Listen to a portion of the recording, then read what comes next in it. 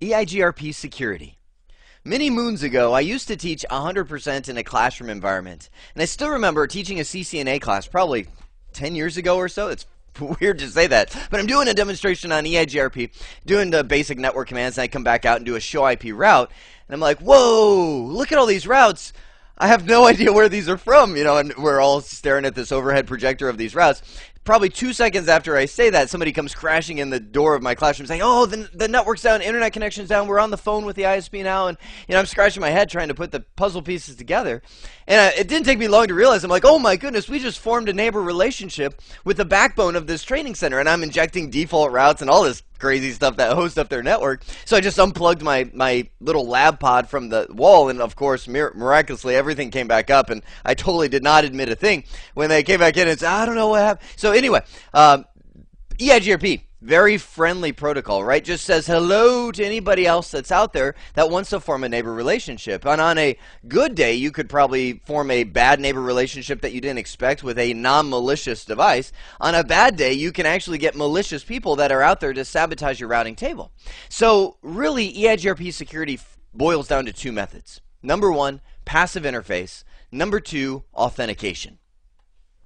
The passive interface command is so awesome because it's simple. It simply turns off EIGRP hello messages. See, here's the deal. We go into EIGRP and make it the friendliest protocol in the world because we type in these network commands. Network 10.0.0.0, right? Network 172.30.0.0. And when you do that, that does two things. One, it says advertise all these networks because they all start with 172.30 to all the neighbors, right? To all the neighbors that it would form. The second thing it does is say send hello messages out. That's number two. Send hello messages out on any network that begins with 10. So form neighbors here, and send hello messages out on any network starting with 172.30. That's over here. All the passive interface command does is turn off number two. Meaning it says still advertise those networks to the rest of the world, but don't send hello messages. Think of that, how awesome that is, because it's so simple. We're no longer going to form neighbor relationships on whatever networks we include with the passive interface command. So check this out. I just really lazy went in there on all these routers and enabled EIGRP, no auto, and then typed in the couple network commands. I can actually go in here and type in, let's go router EIGRP 10 and do passive interface. And then what interface do I want to do it on? Let's just do 0.0/0 just to demonstrate that immediately the neighbor will go down on that interface because it says, hey, I'm done sending hello messages to you. So we're not, I'll still advertise whatever network was on 0.0/0, but I'm not going to form a neighbor relationship. So check out Cisco's best practice, right? Passive interface default. It's all alphabetical except that one, right? Why did they do that? I don't know. So passive interface default says turn off EIGRP hello messages everywhere except where I go in and type in no passive interface and then the interfaces that I want to run it on. Pretty slick, huh? That makes sure that when I add interfaces to EIGRP, it doesn't automatically form neighbor relationships until I go in and essentially say, for this interface, run EIGRP. With that in mind, you can add that passive interface default command to your list of commands that you should type when you're first starting every EIGRP process. You type in no auto summary, passive interface default, then your network commands to make sure that you know exactly when and where EIGRP is going to establish neighbor relationships. Cool. All right, second method that we can use to enable EIGRP security is authentication. So here's the deal. Every single packet, when we turn on authentication, will be hashed. Meaning, we go in and define a little pre-shared key. Let's just say the key is secret ninja, S-ninja, right? So I type that in as the pre-shared key. EIGRP, every single time it sends a message, so let's just say a hello message or a update message or anything, it's going to take that pre-shared key, hash it together with all the contents of that message. So let's just say that update message said, hey, the 10 network is down, or something is in there. You got some header stuff and all that kind of stuff in there. It takes that packet along with this secret ninja, puts it into this hashing blender. It's actually MD5 hashing if you want to know the specifics of it. We kick it on and it spits out this big long hash that it sticks at the end of this packet. So keep in mind, this is not encryption. This is not like if I have a wire sniffer, I'm still going to see everything in plain clear text, even the hash. I'll see this gobbledygook at the end of the packet saying, hey, here's a hash. But the key is when it gets, get it? Key? Pretty sure. The key is when it gets over to the other side. The other side takes all that content, takes the pre-shared key typed into that router, puts it into that same blender, and it says, okay, do I get the same answer that's in the end of that packet? That's what hashing is all about. That's why they call it authentication, not encryption. If it spits out the same answer, it's like, okay, sweet, we've got the same pre-shared key then. We're good to form neighbor relationships. If it doesn't spit out the answer, then it's going to say, hey, you're a rogue ninja router. You're sending stuff to me that I don't want to accept it because you must not have that same pre-shared key. It's so powerful because I don't know. I get excited when I see these kind of things. I get excited about everything, but I get really excited when I see this because I'm like, that's so cool. That somebody in the middle, let's say evil person X sitting here in the middle, eyeless man, grabs some packets right here. He gets this hash. He gets all the content of that, and he still can't figure out how to generate that formula, or can't, like I always, my simple math brain, I'm like, okay, X plus let's just do, because I wrote it wrong, 5 plus X equals 10. I'm like, okay, so X is going to be 5, right? Same thing here. He's like, I've got the hash, I've got the content that generated the hash, I'm just missing this. But the way they engineered MD5 hashing is it's irreversible. So he can't pull out that simple math problem and make all the pieces fit together. So anyway, so fun. How do we configure this? Here's what we do. I'm going to go to the router, and the first thing I'm going to do is back out to global configuration mode and create a keychain. Keychain, and you type in a name. So, Jeremy, right? First thing that comes to my mind. Now, that name is case sensitive, so you will have to remember what case you're using. Now, once you're under there, you can see there's not much to this configuration mode. There's essentially key. Configure a key. What key do you want? Let's just go with key number 1. Now, this key number does have to match between all your routers. So, key number 1 on the backbone router has to be key number 1 on the router 2, router 3, and all that. Now, underneath there, you again see it's very limited, but the main thing that you can type in is key string. So let's do S-Ninja. Just like we were typing.